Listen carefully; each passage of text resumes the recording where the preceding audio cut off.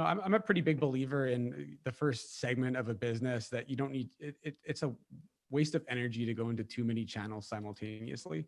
Like you're better off picking a couple channels, going hard on those channels, getting traction. And because the issue with going into too many at once is that it's really hard to do anything well when you don't have enough staff to like kind of service those channels, right? So at first we just really focused on Facebook and Google, and then expanded as we went.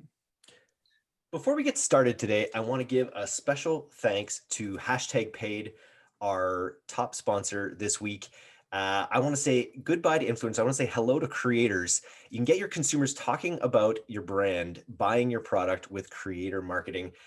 Find out why creator marketing works up to 4 times better for your customer acquisition dollars by signing up with #paid. Go to #paid.com. Thanks very much.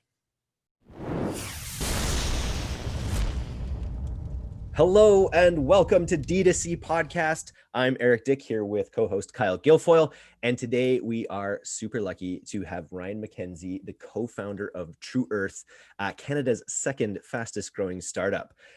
Tru Earth dominated the consumer packaged goods, eco-friendly startup market with 2-year revenue growth of 8,408. They went from zero to their current run rate of $30 million based entirely on their zero waste, environmentally friendly laundry strip that completely eliminates the need for heavy plastic detergent jugs that are sitting right beside me over here. Today, we're going to discuss the Tru Earth movement, what it's like to grow a behemoth of a business in Port Moody, British Columbia, and ethical consumption, and then how mission and marketing go hand in hand with that. Welcome to the podcast today, Ryan. How you doing? I'm awesome, man. You have like some phenomenal energy. Like I just like want to bottle that, and maybe I can put that in a strip. I was gonna say, I don't know about bottles. I think we should keep those. I think we should keep it in strips, but figuratively bottle it. Now we get a new thing about the podcast that we haven't had before is when we do a podcast at 11 and the mail comes, my dog is gonna go batshit insane. So let's see if that subsides. Anyways, I think it might be good. Okay, we're good. Why don't we start? Way to derail the energy, Charlie. Stick with the energy and just tell us your story in a nutshell. Tell us the Tru Earth story. Yeah, so I'm a dad. I have 3 kids now. Back in 2018, I only had 2 at the time. My wife was pregnant, and I mean, you're a dad. You probably get it. Like when you're not a parent, you're just kind of like, you're only worried about the future of yourself. And there might be some like minor anxieties about stuff, but I just don't generally think you're worried about things like, what kind of world am I going to grow up in? Like you're living it. But once you have kids, a lot of things change. And like, for me, I was having a lot of like anxiety, which is weird because I'm not like a super anxious person, but I started to get like really pessimistic about the future. And like, I love technology, but I was like, I was starting to struggle with it a little bit. Like, is AI going to take, or an AI and robotics going to take all the jobs? Are we going to overpopulate the planet? Are we going to have food shortages? Like, obviously things like waste, how much plastic waste can we throw into landfills, and like our greenhouse gases affecting global warming, all these things, like microplastics, those things. Yeah. It's just like, what are we doing to this planet? What's the future going to be like for my kids? Like, are they just going to be locked in a room, like COVID style all day, like on their devices? Like, I don't know, everybody says they miss the good old days with the rose colored glasses and stuff like that. But like, I still want my kids to experience outdoors and socialize and all that stuff. Anyways. Yeah. Like COVID aside, COVID didn't exist yet, but, so anyways, I was having all these anxieties, and I was thinking about a lot. And, we were watching one of those unboxing shows on YouTube one morning, and they had like this plastic, like treasure chest, and it was wrapped in plastic. And then they opened it up, and then inside there was like 2 layers. There was like a shelf inside of it that was removable, and there was like 10 surprise toys, which are little dopamine bombs for kids. And each of them was wrapped in plastic in a plastic shell, and then the toy itself was plastic. And I'm sitting here going like, oh my God, what do we do? Consumerism is like going, like, it's messing the world up. And then they opened up the second layer. I was like, what? There's more? And they're like, it was like the infomercial, but wait, there's another layer. And they're opening up. There is literally like 25 plastic toys and plastic shells and plastic wrap in a plastic treasure chest wrapped in plastic. And I was like, I hit this point in my head where I was just like, why am I just sitting here worrying? There's got to be something that I can do. And probably 6 months earlier, my partner Brad, his family friend had invested in this patent, and it had kind of come across our desk that there was an opportunity that maybe we could do something with laundry detergent. And I was just like, at the time, I was like, wow, how on earth is a little strip of laundry detergent that looks like this? If you can see it on the screen, it's like, like 4 inches by 2 inches roughly, going to do the same thing that like an entire scoop of liquid detergent is going to do. And so like, anyways, whatever. Brad, can you bring some of those in? Let's try it out. I did some research, and there was like 700 million laundry jugs per year that end up in landfills or the ocean in North America, which is pretty much enough plastic to wrap around the world, I think 4 times.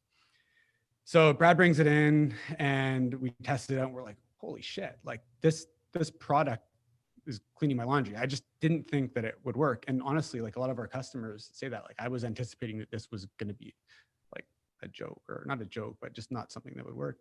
And anyways, so we get Kevin, who's our other partner, he's our CTO, fire up a website, and we're going to do a test. We thought like, hey, let's try and sell 150 of these in a month. And we want to be really logical about this. If there's not a market for it, then, whatever, we'll move on. But we wound up selling more than 1,500 in the first month.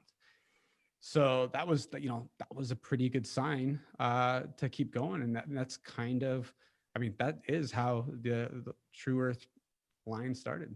It's just a solving of a problem. It's like, we have this idea of recycling. We're brought up in the age of this idea. I actually, from my high school, made a character called Captain Compost, and there was another character about recycling, and we were really saving the earth back then. But you look at the way recycling has actually developed, and it's like, it's kind of a joke, like the actual idea of the way we recycle currently.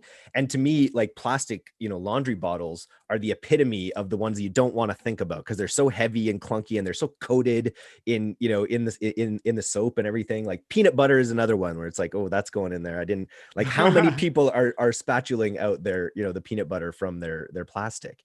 It's work, man. And so you just short-circuited it. You short-circuited it. You didn't make the recycling process better in a way. You just like absolutely like it's like almost 100% like package reduction in terms of footprint, right? Because it's just the strip which just sort of disintegrates in the laundry. Yep. Yeah, and then the package itself is made of cardboard, which is compostable or recyclable either way. Very cool. And so you're the CMO, right? I am. That's correct. So you have been, the one. So you knew at 1,500, sales in your first part, you had something that resonated with people. What were like the first actions you took it to like take it to the next level? Just get it in front of people? Yeah, there's a lot of little different, like, a lot of little mini flywheels. I know you guys like using the word flywheels. You guys like the book Good to Great. Got my hedgehog concepts and stuff. No, surf. We love the names for things. You got to have a name. What was the question again? The question was, what was your first step after realizing that you had this like big hit on your hand to really like multiply? Yeah. So, the general hygiene things that you do with any sort of product, with like, scaling up the Facebook ads, making sure that you have our brand keywords in Google ads, looking at Google search, Google shopping, just making sure that we had all of our basic hygiene set up. And then really like after that, we're really focused on kind of improving the overall experience, making it so that it was shareable, because like, it's one thing to test a product launch. And then it's another thing to have like the product be, I don't want to say viral or anything like that, but like every little every iteration that you make that makes a better customer experience, it goes a long way. It amplifies, especially when you have more than 200,000 customers. But, we started going and we went in a couple subscription boxes. That was a bit of a catalyst. Micro influencers, like there's a lot of different things that we did, but for, I'm a pretty big believer in the first segment of a business that you don't need, it's a waste of energy to go into too many channels simultaneously. Like you're better off picking a couple channels, going hard on those channels, getting traction. And because the issue with going into too many at once is that it's really hard to do anything well when you don't have enough staff to like kind of service those channels, right? So at first we just really focused on Facebook and Google, and then expanded as we went. And I'm curious at this point, what percentage of your sales are coming via DTC versus retail? I think we're about, I mean, depends whether you include Amazon or not, but like direct from our website itself is probably around 65%. That's so like, cool. Yeah, might even be higher. Like I think Amazon's between 10 and 15. And then the retail is picking up quite a bit. Like we're in over 2,000 stores now, primarily like small, like health stores and specialty stores. But we've like recently we just landed in Giant in Pennsylvania. So that's like, I think that's around 150 stores. Wow. Yeah, and we're working on some other pretty big deals, but you're a digitally native brand. I think that's what you went to market almost entirely with that digital strategy, which I think is really cool. I think, yeah. And is that how you sold your first 1,500 too, with ads? Yeah, 100%. Basically ads and the subscription box. That was it. I love it. It makes me think about retail, and you're going to be inherently disadvantaged in the retail world, because it's like the whole retail world is built on like the size of your package on the shelf in a lot of ways. And so you know what I mean? You'll need to be brought, but you have a lot of other advantages in that people love feeling good about the kinds of things they put in their cart. So how you overcome that? Will you have to get specialized sort of like end caps or something in stores? Yeah, we're actually working on like the product display. What are they called? Product display.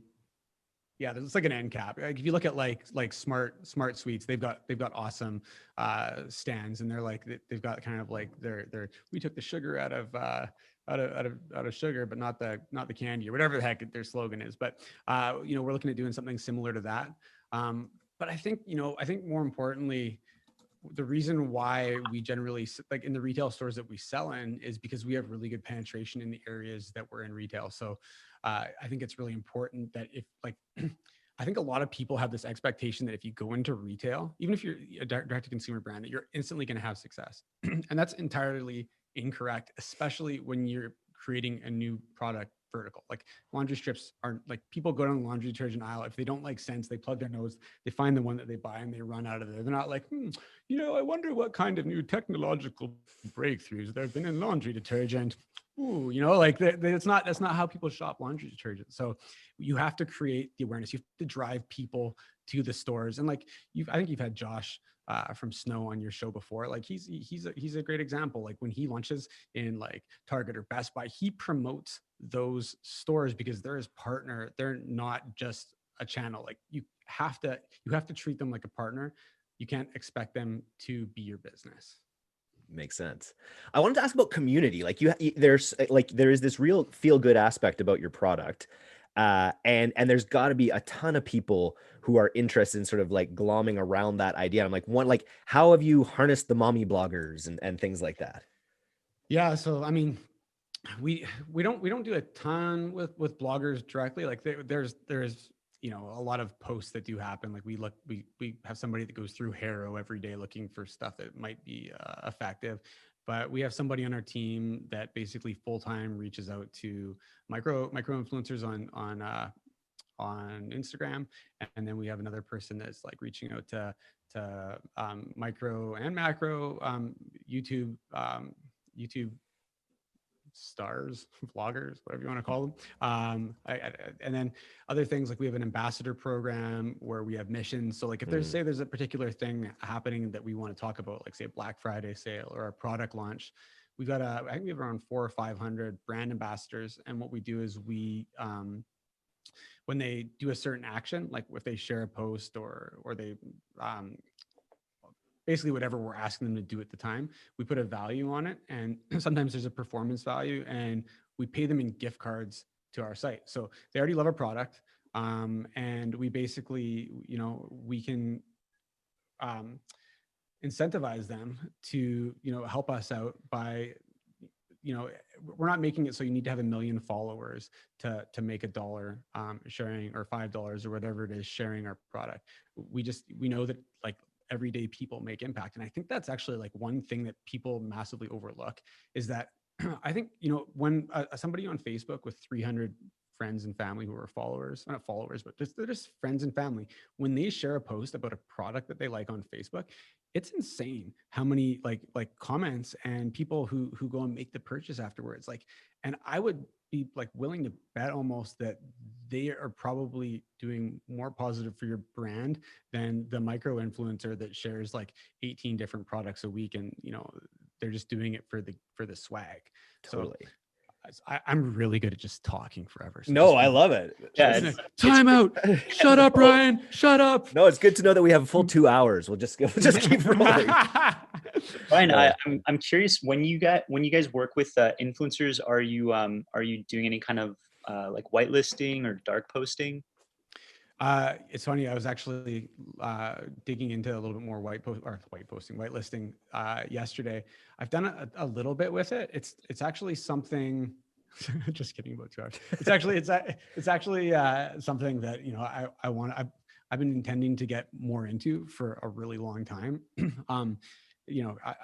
It's great that I'm wanting to jump into it right when it's not quite as effective as it was a year ago, but.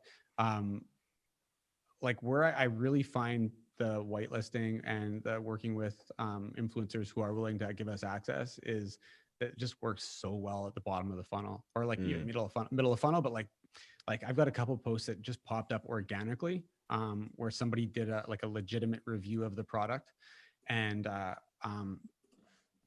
was like, oh, this is really good. I'm gonna use like Sniply, which is like a redirect service that puts your pixel in it, and I'm gonna promote this bottom of funnel, and man, it like absolutely smashes to the point where this person actually wound up becoming a wholesaler.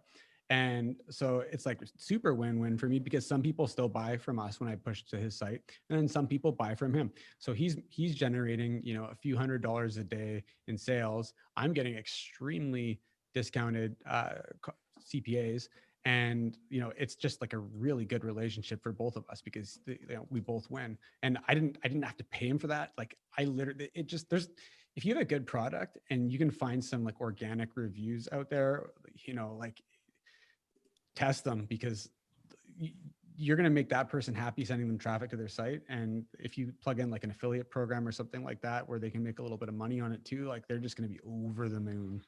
For sure.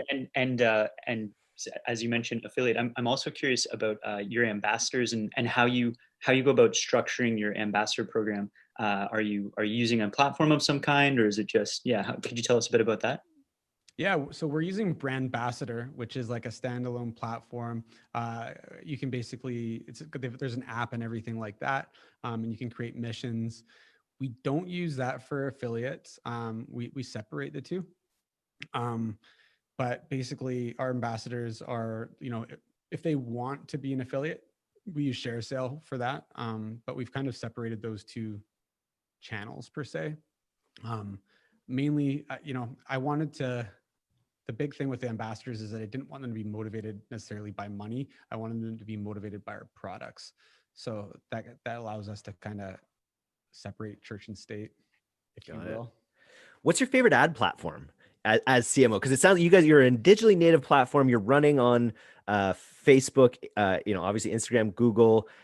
Which is your because were you doing the ads in the beginning?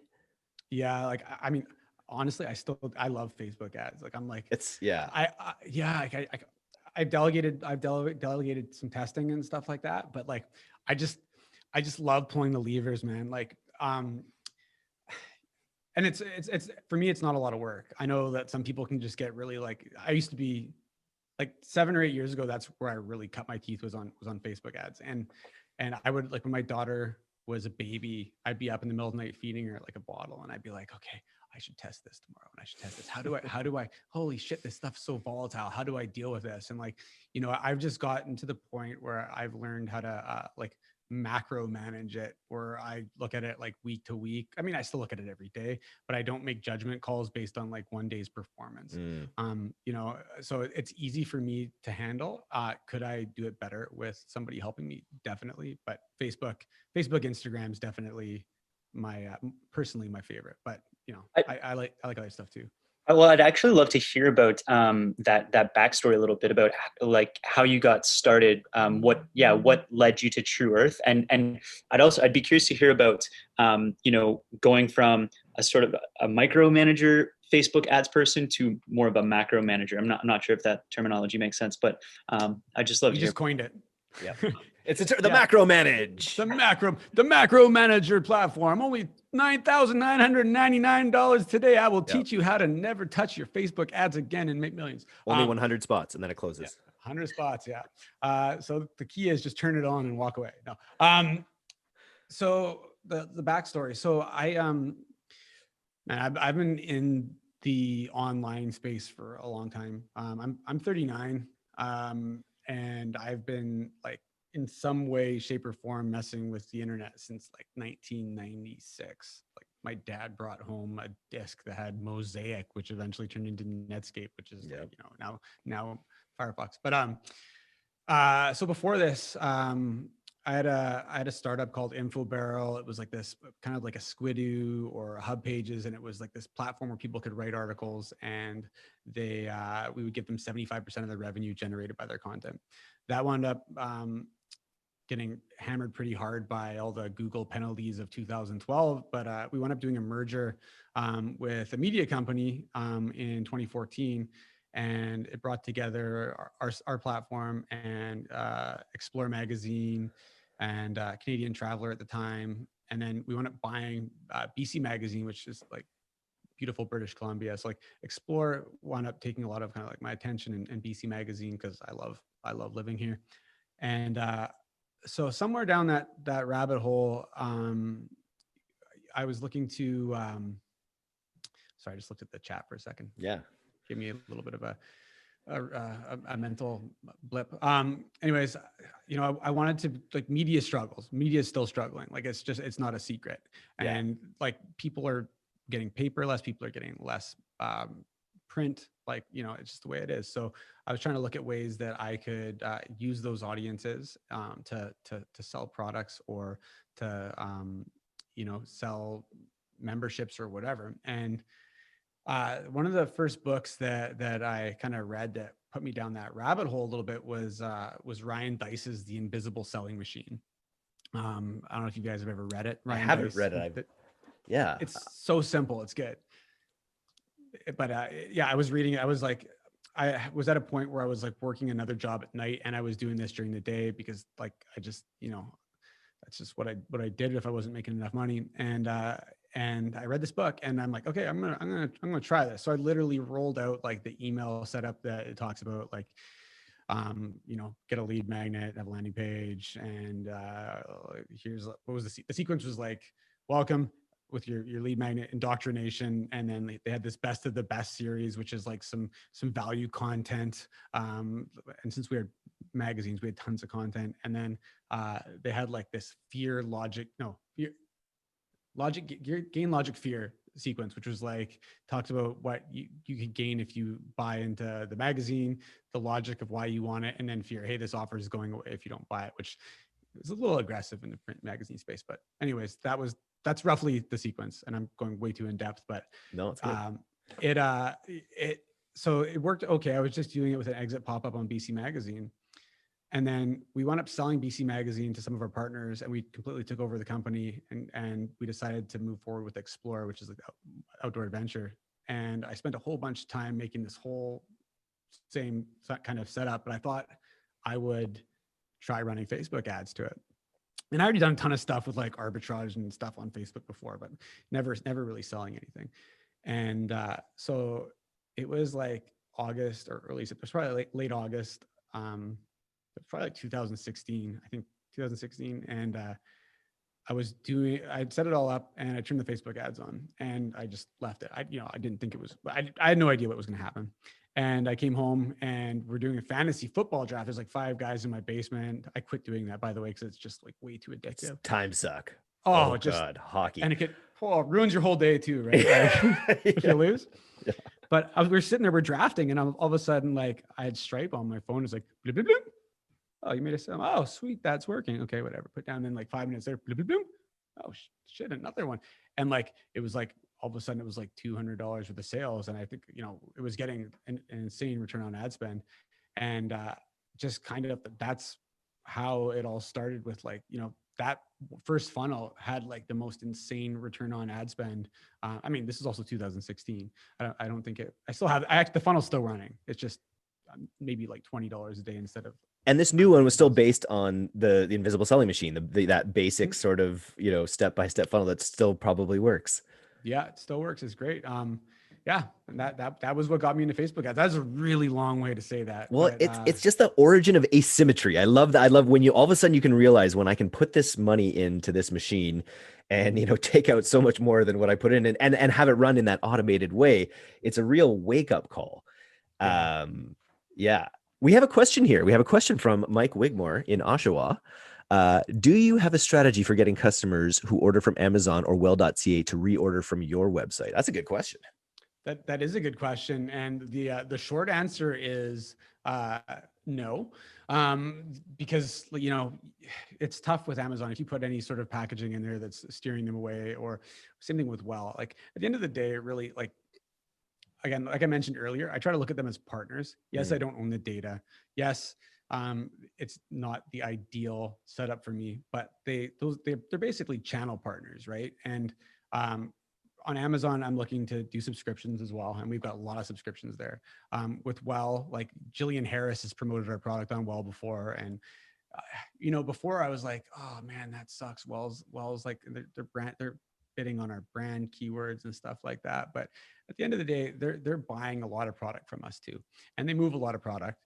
And as a whole, all the retargeting that we're doing, they're going to wind up falling into interest pools for our brand regardless. So, for me, we're just trying to build a large user base, and we're trying to eliminate plastic. So in the end, I would prefer people bought from us, but I also want to support the people who are supporting us. And in this case, I don't want to like try and steal Wells customers, if that makes sense. Yeah, for sure. They're partners. Yeah.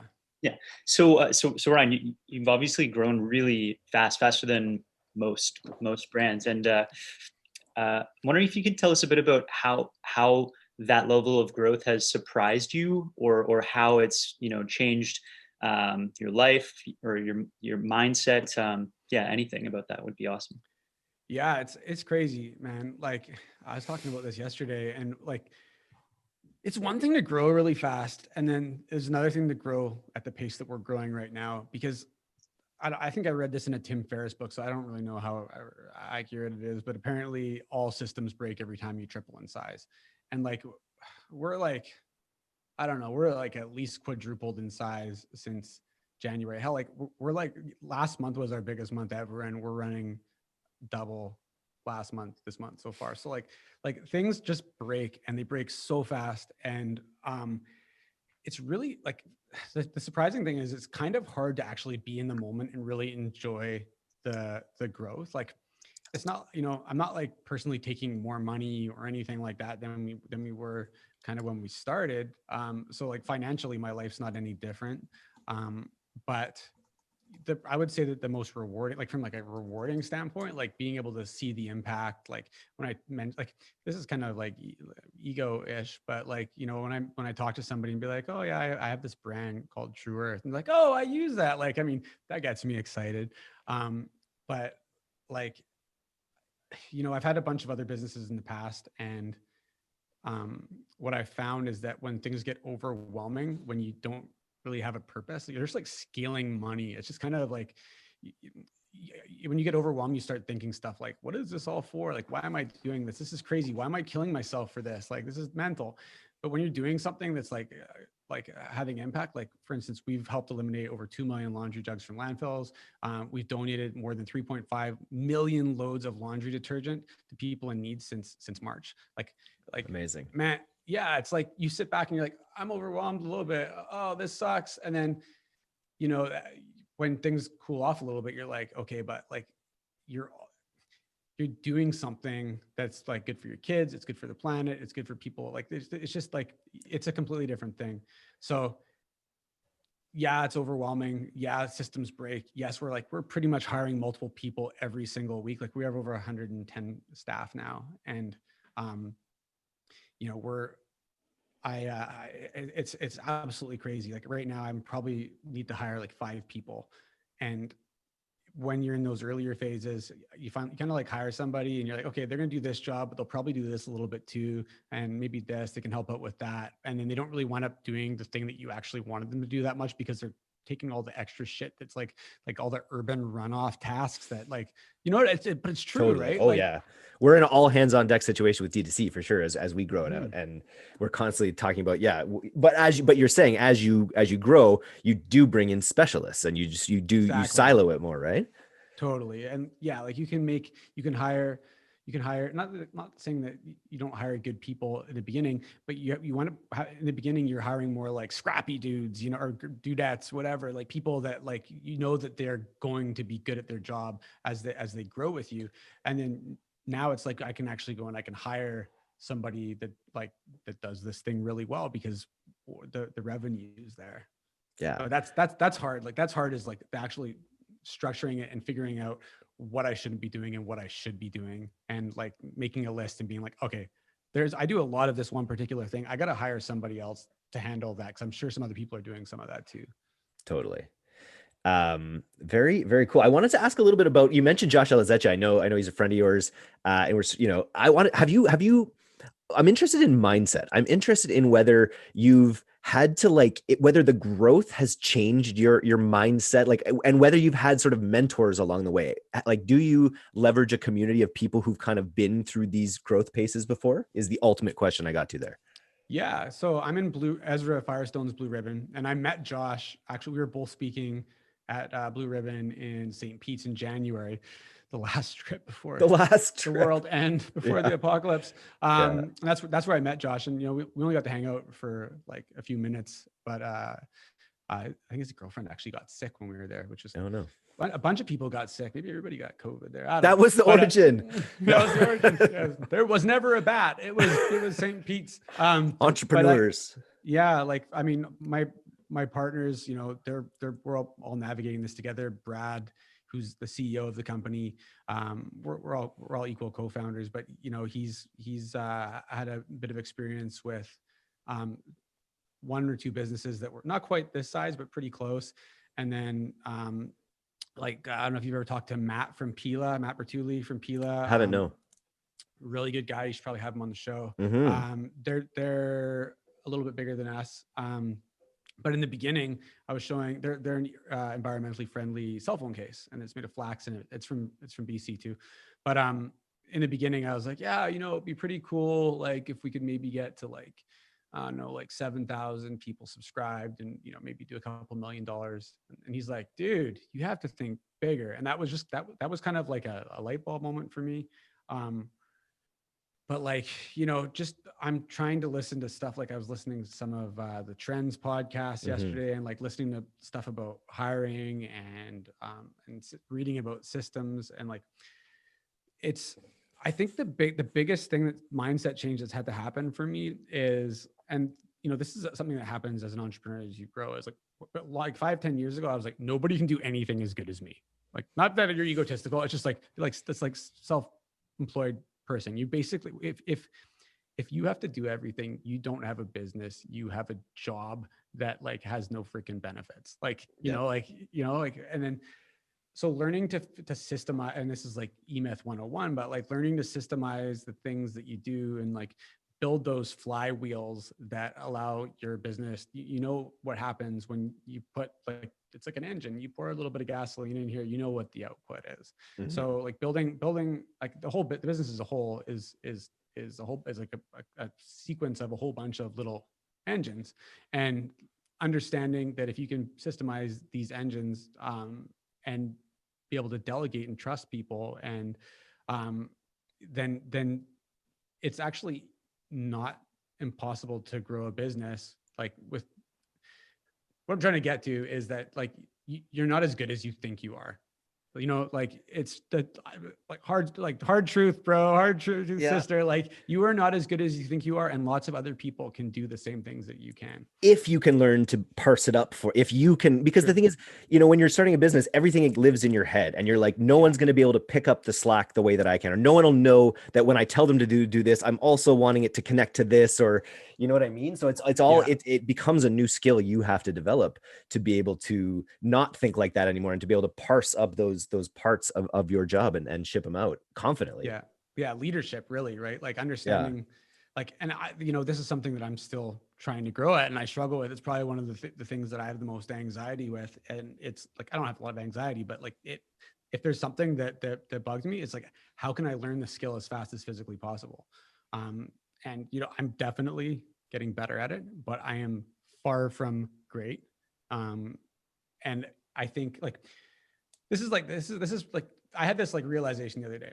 If you can build a system and you can learn to delegate, that is, like, the most powerful skill to have. I don't know why they don't teach that in school. Like, teach the kid, like Montessori, I guess, is the closest thing. Teach the kids how to teach other people how to do something for them. Like I want you to do, we're going to do a project, and I'm going to be the person that tells everybody what to do. This is what my vision is for it. I'm going to write that out, and I'm going to, like, I have to tell these 4 or 5 other people exactly what to build.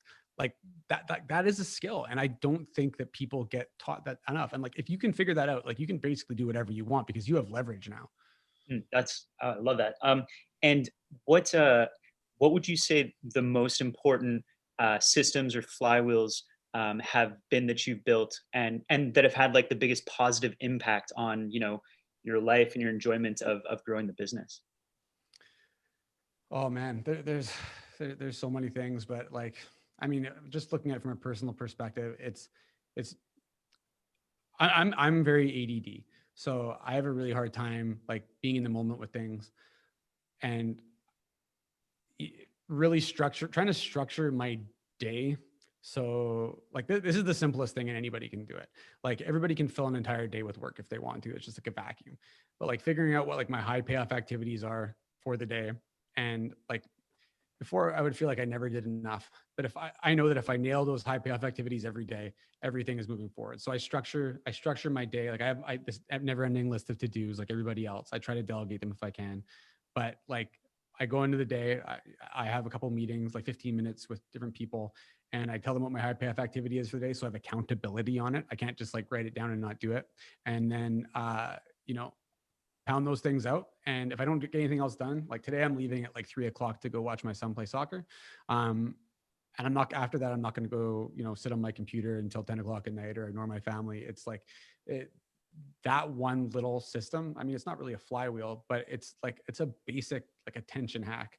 I know that I have to get these things done. Everything else that I get done, that's fantastic. But if those 2 things are done, I can, like, not feel anxious. So just to make sure I'm hearing it right. So every day there's 1 or 2 high payoff activities and outcomes. Is that essentially it?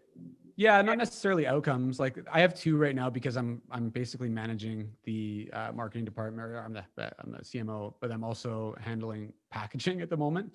So, which it fell on my lap. So it's a gap. Still there, even at 30 million. I love it. That thing's a hot potato still comes down sometimes.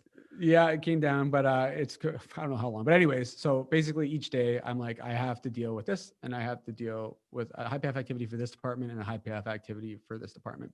It doesn't have to have, like, a particular outcome. Even with our KPIs and stuff, I'm a fan of tracking lead indicators, not lag indicators, because if your flywheel's working, the lead indicators, you should have a good idea what percentage of your lead indicators create output. Sorry to interrupt. Could you tell us what your lead indicators are? Oh, we have, like, a ton of lead indicators. This is kind of actually a lag indicator, but, like, for let's say for, like, micro influencers, let's use like YouTube outreach as an example. So we have somebody on our team that does a certain amount of YouTube outreach. So each week she tries to reach out to 20 different people. Like originally when we were trying to set her goals for the company, she was like, okay, I want to get this many YouTube videos per month. And I'm like, no, because you have no control over what people say. So let's figure out how many you want to reach out to. And, you know, we've got our scripts and everything. So for her, her goal is to reach out to 20 YouTube people every week, like 20 blogs and like 20 subscription boxes or something like that. And then we can, at the end of the month, we can see what the total number of actual outputs there are, and kind of like get some math on that. For me personally, yeah, I'm kind of trying to stay out of the weeds, and I'm more focused on like, what is my actual HPA is high payoff activity for the day. Smart. I love it. So as a wrap-up question, as the CMO right now, if Justin Trudeau were to bequeath a no strings attached 100K grant just for the, you know, the righteousness of your mission, where would you apply it in your business right now to see the biggest either growth of the business or growth and peace of mind, or where would you put it? Probably infrastructure, like human capital. There's like, we're in the middle of hiring a bunch of people anyways.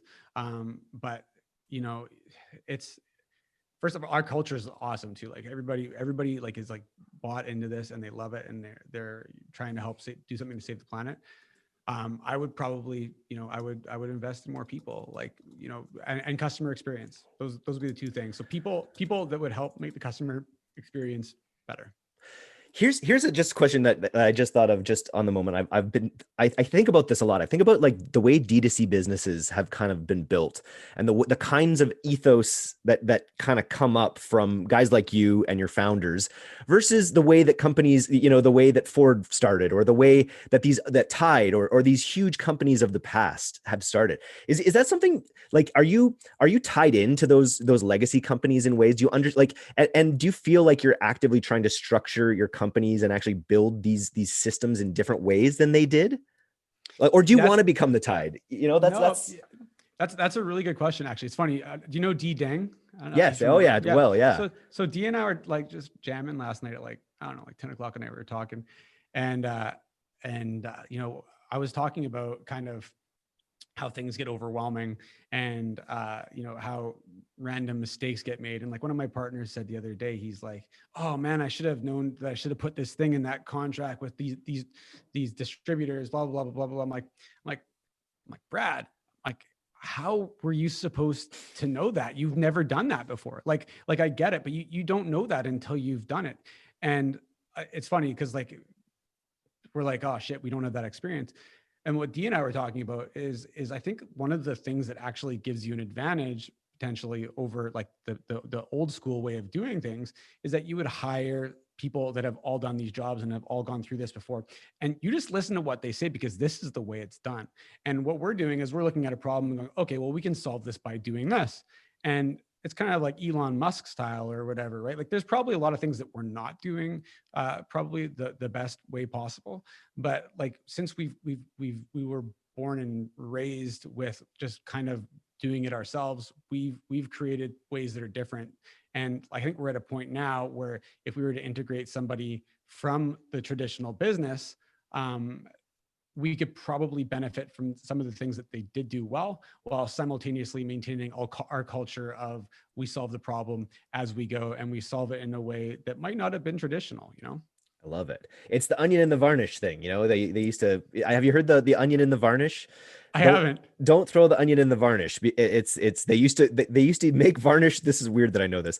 They used to make varnish this way where they had to heat it. And in order to tell that it was heated, because it's such a viscous liquid, which is the name of my punk band, they would throw an onion in there and it would like crisp up basically. But then they started making it in a whole other way that didn't require the onion in the varnish, but they still would throw the onion in the varnish and it wouldn't boil. It would just sit in the varnish. And so, you know, when you're coming up with new ways to solve a product, it's a metaphor. What you just said with your business too is a metaphor for your product itself. You found like a new way to accomplish something that, you know, that helps people. And it's pretty effing awesome. So I want to thank you so much for coming on the D2C podcast today. Oh, I really appreciate you guys somehow dealing with my delayed calendar. And Nope. This was all us. You were fair. Yeah, we don't need to get into it, but I'm glad it happened. I'm glad Mike was here to experience it as well. So thanks for joining us today. And yeah, when this comes out, we're recording this. This is not going to come out for 3 weeks. If you were on d2cplus.co, you could already be here hanging out with us, with these amazing entrepreneurs. So go to d2cplus.co and sign up. And share this podcast, like it when you see it, rate it 5 stars when it comes out on all of the platforms. And yeah, 5 stars, only 5 stars. If you're not going to rate it 5 stars, 10. just F off. Rate it twice. Rate it twice. Have fun at the soccer game. Let me know how the hockey, how your son does at hockey. Hopefully there's a hockey season at some point this year. Yeah. Do we even care anymore? I don't know. Just go away, COVID. Get that vaccine out there. Let's I don't think Bill Gates is trying to chip everybody. Oh, I'm glad. Well, let's end on that one then, because I don't want to get into it. Okay. Maybe he is. I don't know. No, I'm just joking. See you later, bud. Cool. Thanks, guys. Thanks very much.